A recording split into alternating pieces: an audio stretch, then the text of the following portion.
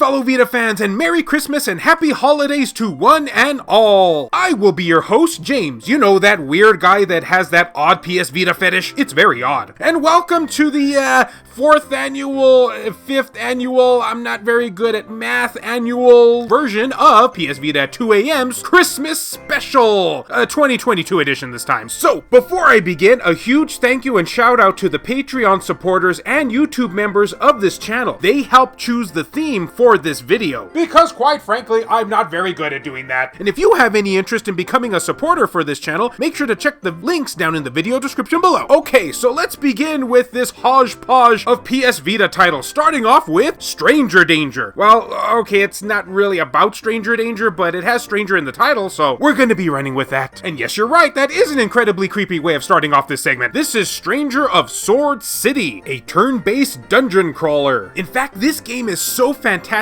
in its genre that I would highly recommend it to people who are usually not into the whole turn-based dungeon crawler aspect when it comes to gaming. And I got a feeling there are a lot of people who feel that way, me included back in the day. So in this game, you play the sole survivor of a plane crash, which by sheer coincidence happens to be flying over this mystical land full of trolls, dragons, and broken TV sets? What is this, Persona 4? Something or someone keeps pulling people from our world into this magical realm. And while that's not the main plot of the game, it will keep you engaged enough to find out what the heck is going on the whole way through. But unlike Persona 4, there is no psychotic killers in the mix, unfortunately. It does feature a very nice create your own character mode, which is a lot more robust than you would first imagine. Just saying here that there are 5 races and 8 classes to choose from, with dozens of different character portraits. And this is even one of those titles, much in the vein of Natural Doctrine on the PS Vita, that will allow you to choose the art style you want. Do you want a more anime style art style, or do you want a more Western themed one? It's all up to you. P.S. You should choose the anime art style, otherwise you're doing it wrong. Oh, and if you enjoy dungeon crawlers with high difficulty, you are ever in the right place with this one. Even on the easiest difficulty setting, this game can be quite challenging. In fact, you can give blood crystals to these things called vessels, which help you to unlock new abilities, and one of the first things that you will unlock is a move called Flash Retreat, which allows you to,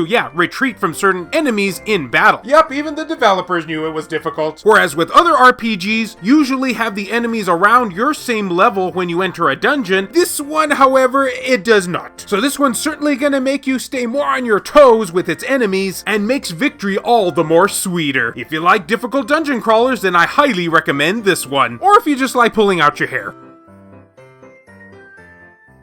Okay, next on our Christmas list here, this is Yi's Mmeories of Celcita, or whatever. I'm probably not pronouncing that right. Heck, this is PS Vita 2AM. I'm definitely not pronouncing it right. Now, what we have here is what I would personally call the black sheep of the Yi's games on PS Vita. We definitely have more than one on the platform, and for whatever reason, even though this is one of the first releases for it, this also seems to be the one that gets talked about the least in the PS Vita community. Probably because Yi's 8 is just so great, right? But I definitely think that you should not overlook this one. And let it be known that it has nothing to do with the fact that I think that Yi's 8 is vastly overrated. So in this game, you play a character called Adol, like you do in most Yi's games out there. I said most. Oh, and did I mention that in this version of the game, Adol has amnesia? Yeah, I think that sounds just a little bit familiar to the RPG formula. But oh well, the game might be a little on the tropey side, but at least it has it where it counts in the gameplay department. The Yi series, as many of you know out there, which I'm always pronouncing wrong.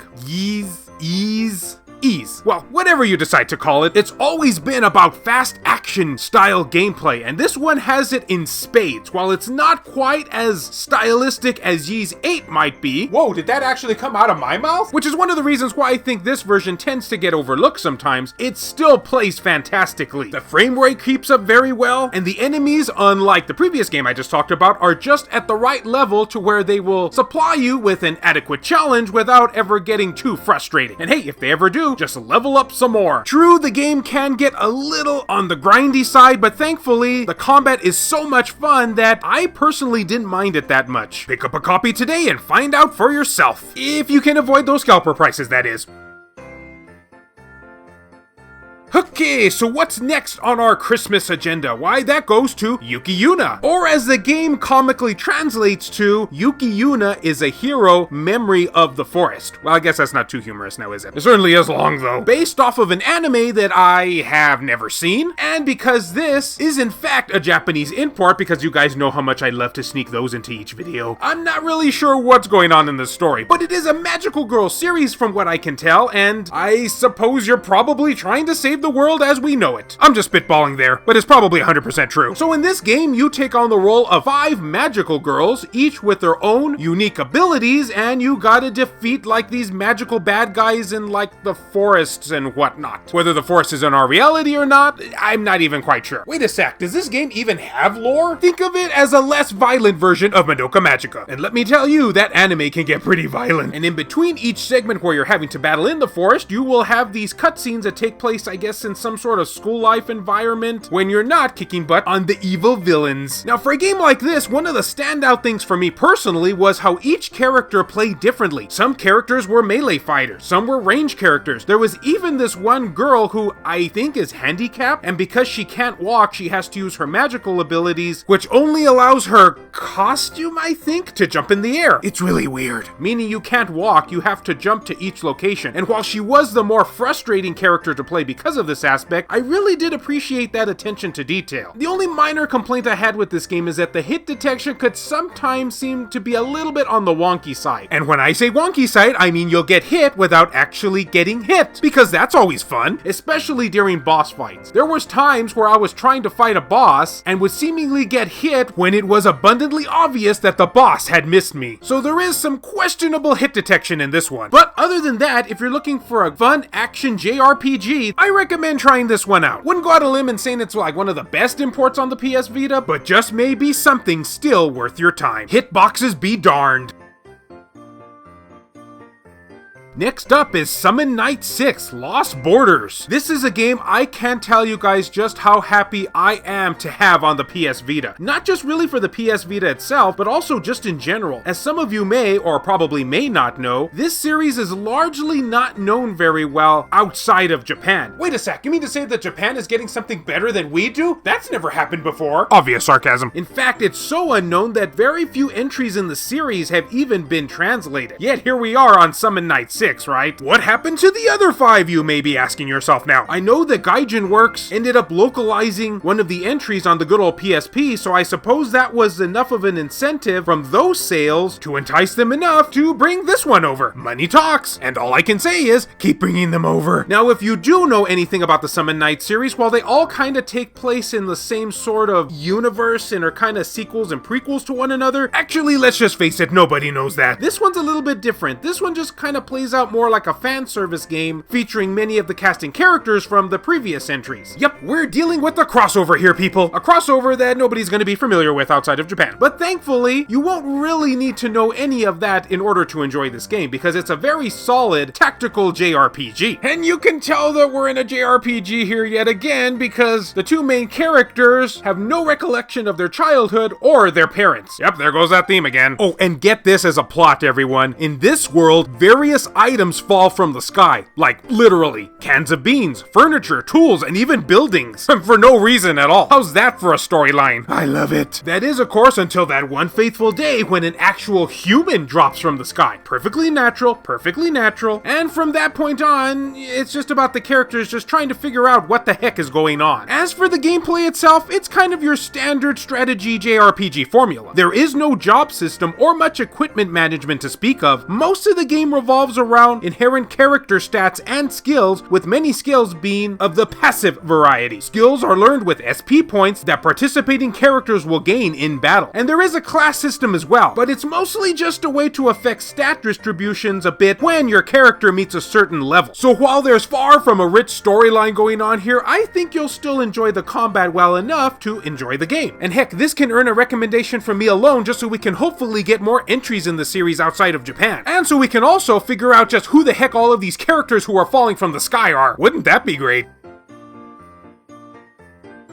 Okay, moving right along here, we have yet another fantastic game to talk about, and one that probably needs no introduction because I think pretty much everyone in the PS Vita community is aware of this title. This is World of Final Fantasy, and yeah, I guess I'll just get the whole cliche description over with here. It's like Final Fantasy meets Pokemon. Yeah, you've heard it, I've heard it, we've all heard it, so what's the harm in me saying it again, right? And speaking of things that we've heard before, this is yet another storyline about two characters who have to uncover their past. I swear, that's just like a JRPG staple now, isn't it? Like, you can't have one of these games without having that dangling plotline. And yeah, as you try and discover your past, you will be able to collect various creatures, a la Pokemon style, who will be able to join your party, and depending on the size of the character, will take into effect just how you use them in combat. Such as, if they are a small monster, then you can have them stacked up on your head, which will give you more HP and MP, because you're kind of like combining stuff here. Still doesn't change the fact that it's very bizarre though. But if you have a very large monster, then you will only be able to use that monster and that monster alone while riding it in chibi form. I told you, it's bizarre. So there are some nice strategies when it comes to this game's combat. When it comes to the storyline, however,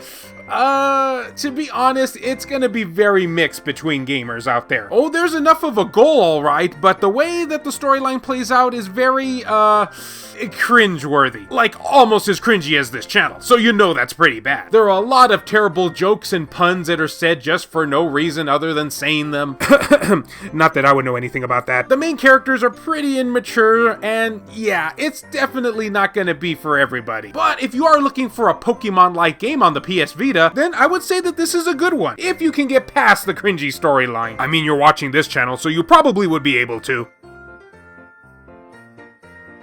And that'll just about do it, everyone. I wish each and every one of you out there a very Merry Christmas and Happy Holidays. And again, a special thank you to all of my Patreon and YouTube channel members who helped choose the theme for this year's video, which, as you probably could no doubt tell, was JRPGs. So, until next year's video, I hope that each and every one of you finds tons upon tons of PS Vita games under your tree this year. I usually just get coal.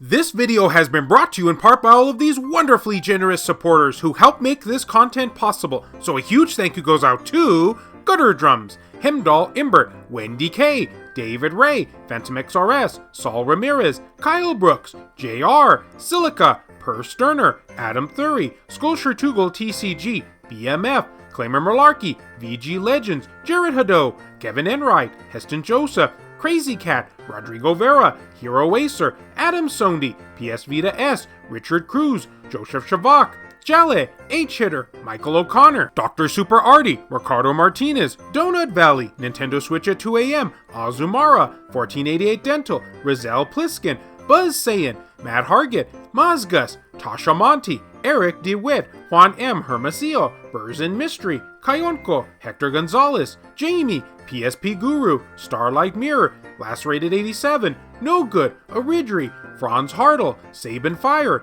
Zenkai Ranger, That Bro, Chris Foxhound, Meshuga 360, Shin Snake, Alan Iwazuk, Zekrito, Worthorga, Airkick 72, Bushin Ryu Cat, Milk Sama, Neo Arashi, Reiko Star, Matt Fox, B Mystery, Legion 21, Samai 241, and Rendi Azadech. If you would be interested in supporting the channel and gaining access to a number of perks, including having your name featured on the end credits of these videos, or if you wish to remain anonymous, that can be provided too, then make sure to check the links down in the description below. I have numerous ways for you to do this down there. Can't support in this manner? Don't worry about it. I also have some affiliate links from both Amazon and PlayAsia for anyone who is interested in purchasing something from them. Basically, the way it works is so long as you use one of those links to just access their website, then anything you purchase afterwards, a small commission will go to help support this content at no extra cost to you, the consumer. I also have channel merchandise available, and of course, as always, likes and shares can help equally as much. And nope, don't have really anything quirky to say now at the moment because it's Christmas!